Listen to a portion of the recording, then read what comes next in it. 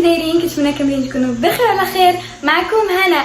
اليوم الفيديو غادي يكون على أشرف حكيمي. حكيمي تزاد في 4 نوفمبر 1998 في مدريد إسبانيا مع والدين مغربيين متواضعين، وكانت عائلته رمز للصبر والنجاح. انضم إلى أكاديمية ريال مدريد وهو صغير جدا، ودرج فيها حتى وصل للفريق الأول في 2017. عبر لبروسيا دورتموند الألماني عام 2018-2020، وبرز بسرعته ومهارته الجيدة.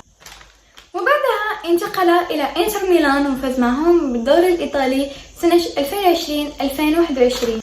في 2021 انتقل أشرف حكيمي لباريس سان جيرمان بصفقة خيالية، وأصبح من أفضل الأظهرة في العالم. وساهم أشرف حكيمي مع المنتخب المغربي في إنجاز تاريخي وصوله لنصف نهائي كأس العالم 2022. هذا الموسم أشرف حكيمي لعب كظهير يمين مع الفريق الوطني، ساعد دفاعيا وهجوميا، وكان عنده مهارات وسرعة خيالية جدا. الأداء ديال أشرف حكيمي خلاته من أبرز اللاعبين في العالم، رفع الراية ديال إفريقيا والعالم العربي بأكمله. هذا الموسم أيضا زاد من شهرته واهتمام كبار الأندية العالمية.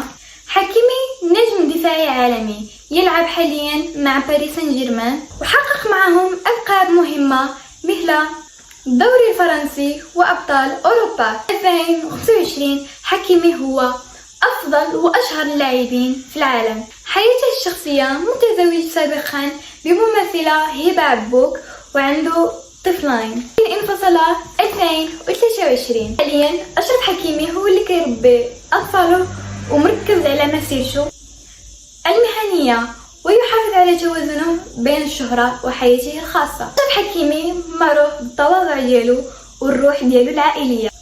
أشرف محبوب بزاف داخل الملعب وخارج الملعب، ملتزم وأسطورة مغربية، صاعد بقوة على الساحة العالمية. مهم جايز، هذا كان فيديو ديال اليوم، كنتمنى انه يكون عجبكم. ما تنسوش معكم واحد لايك وسبسكرايب في القناة باش يوصلكم كل جديد. وقولوا لي اش من شخصية عالمية